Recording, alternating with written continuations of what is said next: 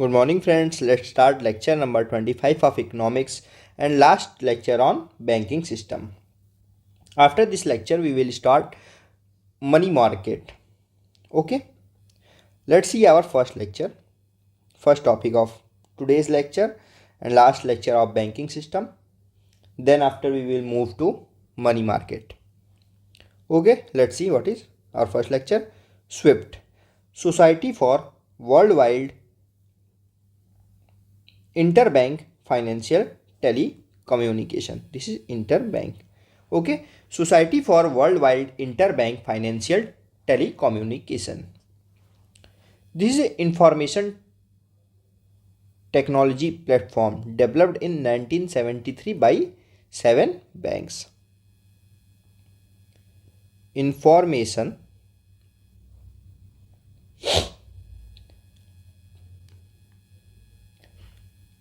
technology platform developed in 1973. Okay, it is centralized server of SWIFT is located in Brussels, Belgium. ये जो है centralised server इसका जो है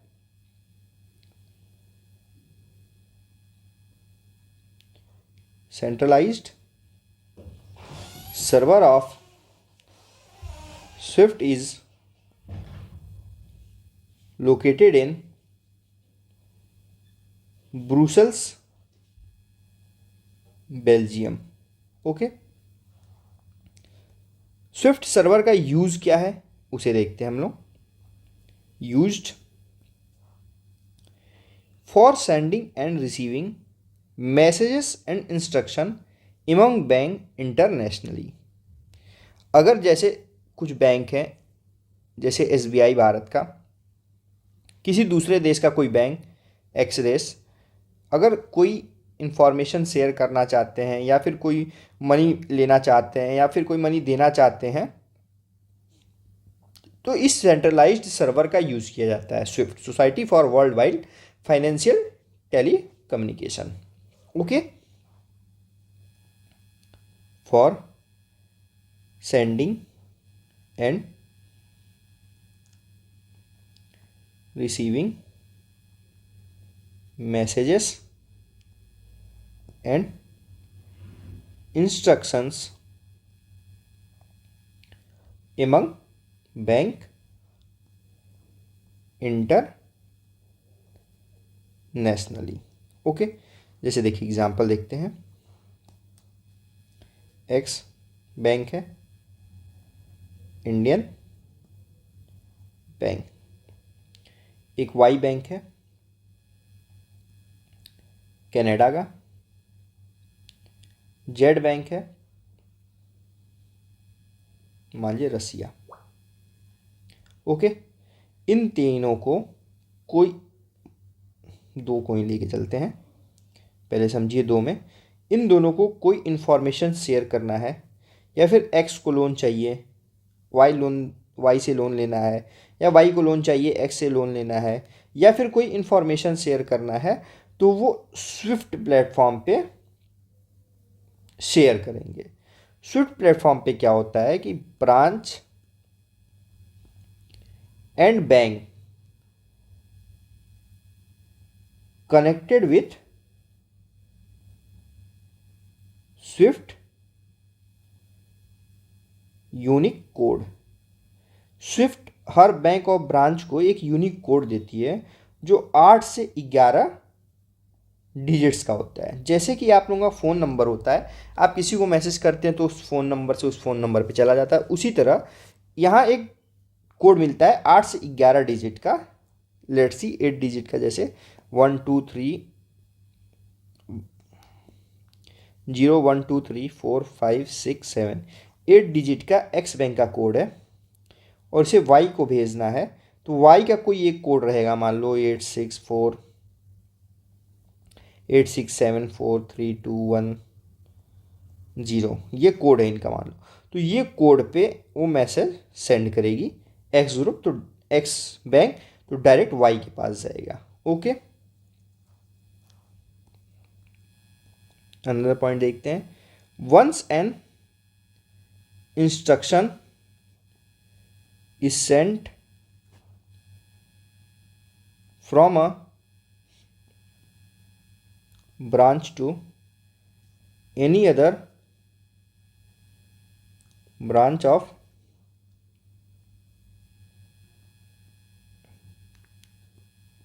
foreign bank using it, the instruction is accepted and the fund is transfer. Okay, instruction भेजते हैं, जब instruction उनको मिलता है तो फंड ट्रांसफ़र हो जाता है। Okay, messages are encrypted form, यानी एंड टू एंड इनक्रिप्टेड होते हैं, बीच में कोई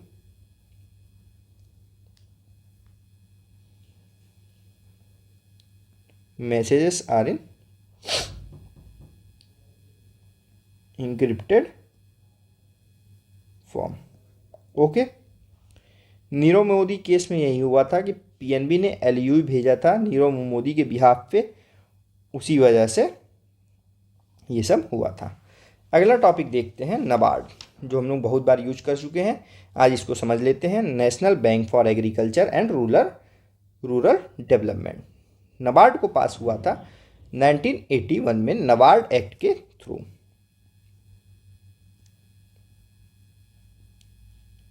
NABARD Act was passed in 1981, but it was set up in 1982. Okay, set up under Development Bank under Shivraman Committee recommendation.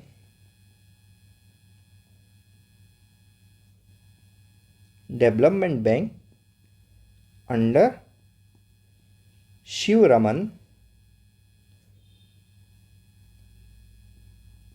Committee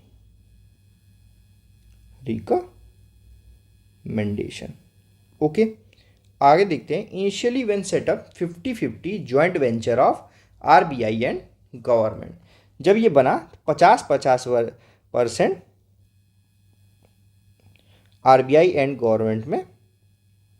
government of Indian में distributed था। Initially when setup 50-50 joint venture by RBI and Government of India. Okay, but presently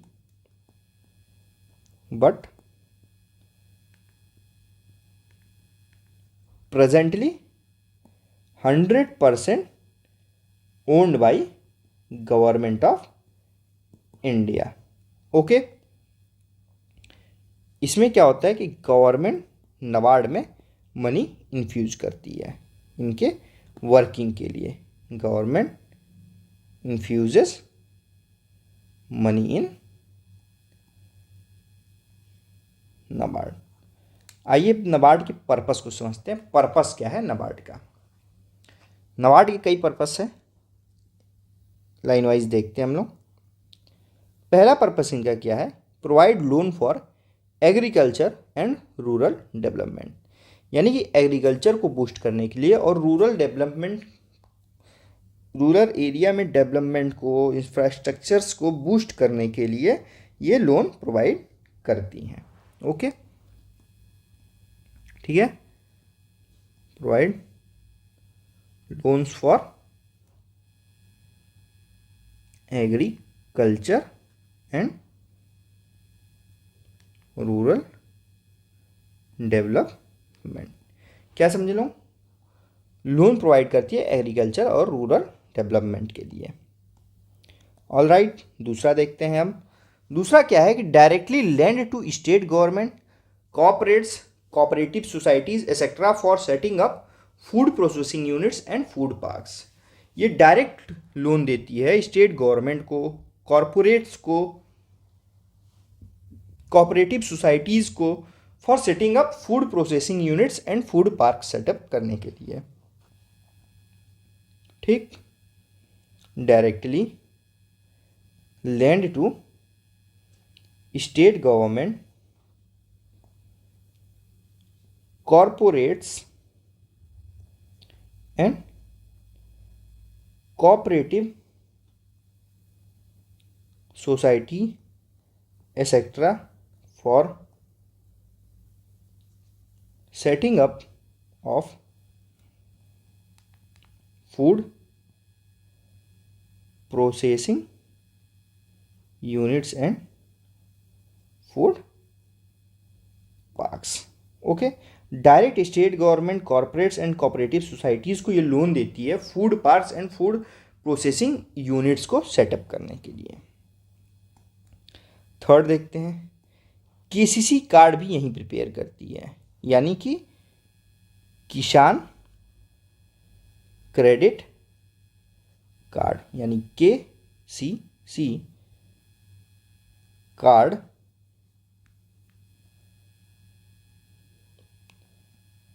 prepared by national bank for agriculture and rural development, NABARD. आज ही हम लोग KCC topic को भी समझ लेंगे। Fourth है हम लोगों का, it supervise state cooperative banks, district cooperative banks and district cooperative central banks. ये state cooperative banks, district cooperative banks and district cooperative central bank को भी ये सुपरवाइज करती है। It supervise state cooperative banks, district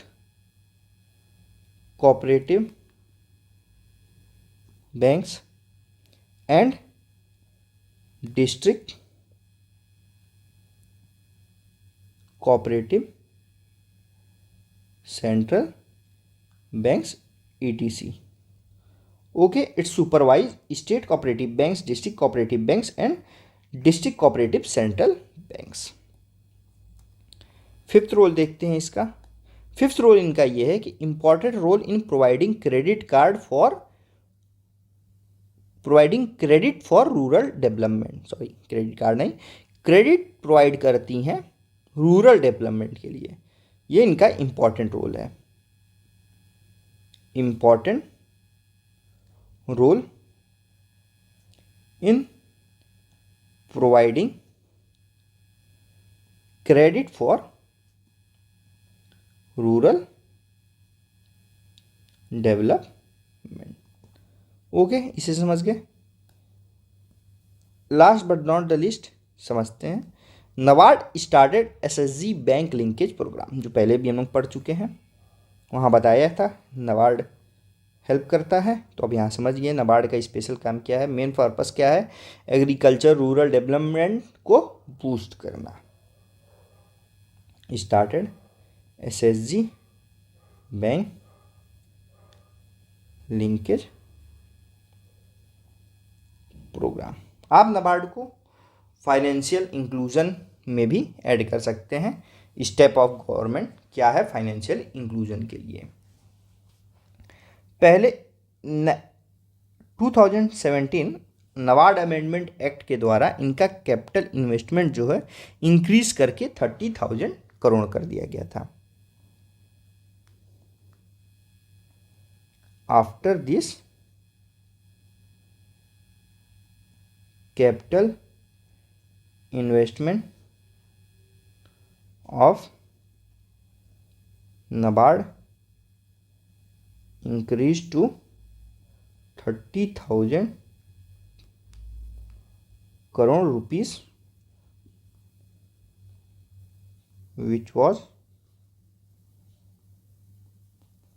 previously only कितना था 5,000 crore rupees. Okay, पहले था 5,000 करोड़, अब बढ़ाकर 2017 के बाद 30,000 करोड़ कर दिया गया। ओके, अब देखते हैं आज का तीसरा टॉपिक, केसीसी यानी कि किसान क्रेडिट कार्ड। इसका ऑब्जेक्टिव क्या है? Link farmer with formal credit system. Link farmer with formal credit system. Okay, ये फाइनेंशियल इंक्लूजन में भी इसे आप ऐड कर सकते हैं, जो कि मैंने पहले पढ़ा भी चुका है, तो इस बात का ध्यान दीजिएगा लोग। ये गवर्नमेंट का स्टेप था फाइनेंशियल इंक्लूजन के लिए। अब देखते हैं किसान क्रेडिट कार्ड जो है कहाँ कहाँ हेल्प करता है। Short term credit requirements for cultivation of crop. Crop को कल्टीवेशन यानी कि बोने के वक्त शॉर्ट टर्म क्रेडिट की जो रिक्वायरमेंट होती है उसमें हेल्प करता है। आप लोन ले सकते हैं, शॉर्ट टर्म क्रेडिट ले सकते हैं, जो कि फसल होने के बाद आप वापस कर दीजिए 6 महीने, साल भर, 6 महीने बाद। मिलेट्स हैं तो साल भर समझ लीजिए, अगर मिलेट्स के लिए ले रहे हैं तो। Okay, cultivation of crops, short term credit requirements for cultivation of crops. Post harvest expenses के लिए भी ये हेल्प करता है। Harvest expenses, post harvest expenses मतलब फसल होने के बाद कटाई, सिंचाई, जो भी उसका होता है, उसके लिए भी ये क्रेडिट प्रोवाइड करता है। Consumption requirement of farmer house hold.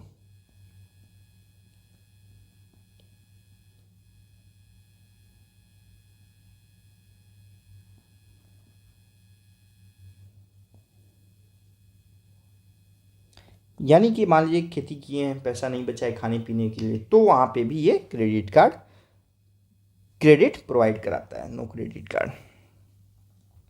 Working capital for maintenance of farmer asset like dairy animals, inland fishery, floriculture. इन्हें पैसा प्रोवाइड कराता है। डेयरी एनिमल्स पालना है उनको लेने के लिए, इनलैंड फिशरी के लिए, फ्लोरिकल्चर अगर करना चाहते हैं तो उसके लिए भी। Working capital for maintenance of farm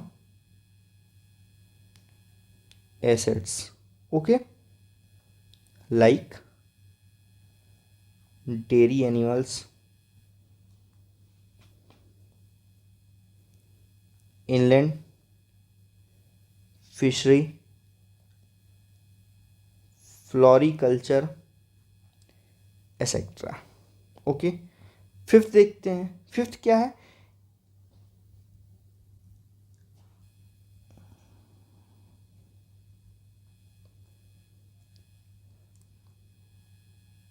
investment credit requirements for agriculture allied activities like pump set, sprayers and dairy animals. Pump set लगाना है, स्प्रेयर्स लेना है, एग्रीकल्चर का कोई इक्विपमेंट्स है, रिक्वायरमेंट्स है, उसके लिए भी खाद लेना है, तो ये हेल्प करता है। Investment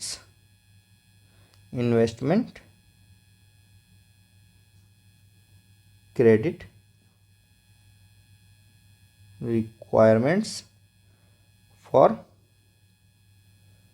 agriculture and allied activities like pump sets, sprayers, dairy animals etc. Okay,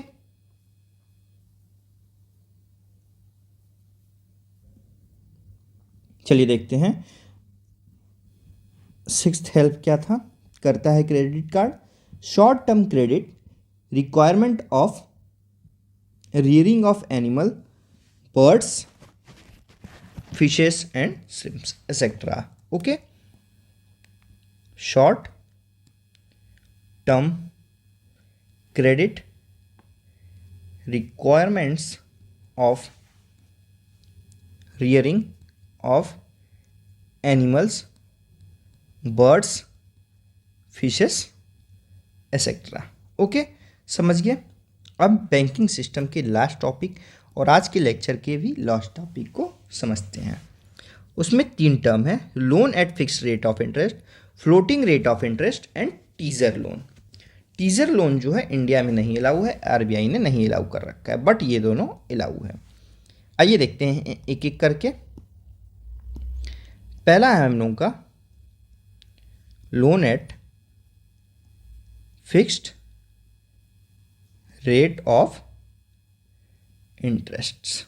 okay, इसमें क्या होता है कि रेट ऑफ इंटरेस्ट अगर आप लोन लेते हैं तो फिक्स्ड होता है और वहीं पूरे आपके लोन पीरियड पूरे टर्म पे same he rate of interest fixed होता है, चेंज नहीं होता है। Rate of interest remains the same all throughout the term period and cannot be modified. Okay, अब देखते हैं दूसरा क्या है, floating rate of interest. Floating rate of interest क्या होता है कि जो रेट ऑफ इंटरेस्ट है वो फ्लक्चुएट करता है, ओके, इन्फ्लेशन के अनुसार। Okay, rate of interest fluctuate as bank increases और decreases rate of interest. Okay, mainly depend upon inflation.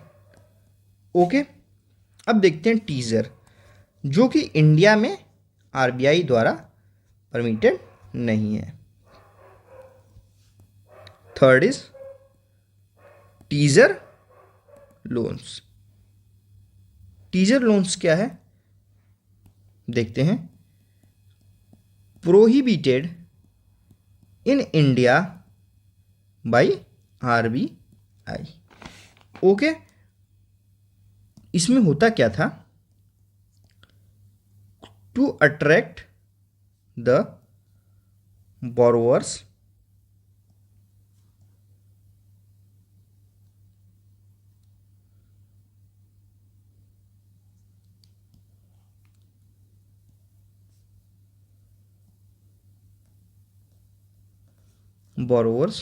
they show low interest rate by attached some conditions. Okay, borrowers को अपनी ओर attract करने के लिए कुछ condition लगा के रेट ऑफ इंटरेस्ट को लो कर देते थे। उसके बाद क्या करते थे, later they increased rate of interest by floating rate of interest. Okay, तो इसको ध्यान में रखते हुए कि लोगों को बेवकूफ़ ना बनाया जाए, लोगों के साथ चीट ना करे बैंक, इसलिए इसे भारत में आरबीआई ने अलाउ नहीं किया। ओके, आज हमारा बैंकिंग सिस्टम यहाँ खत्म होता है। आगे हम लोग देखेंगे end of the topic banking system in India. अब इसके बाद हम लोग चालू करेंगे मनी मार्केट। ओके, ये हमारा अगला टॉपिक है ज़्यादा बड़ा टॉपिक नहीं है, बहुत छोटा टॉपिक है, 4-5 लेक्चर होंगे इस पे। ओके। और दिसंबर फर्स्ट वीक में हमारा पॉलिटी का बैच आएगा। ओके।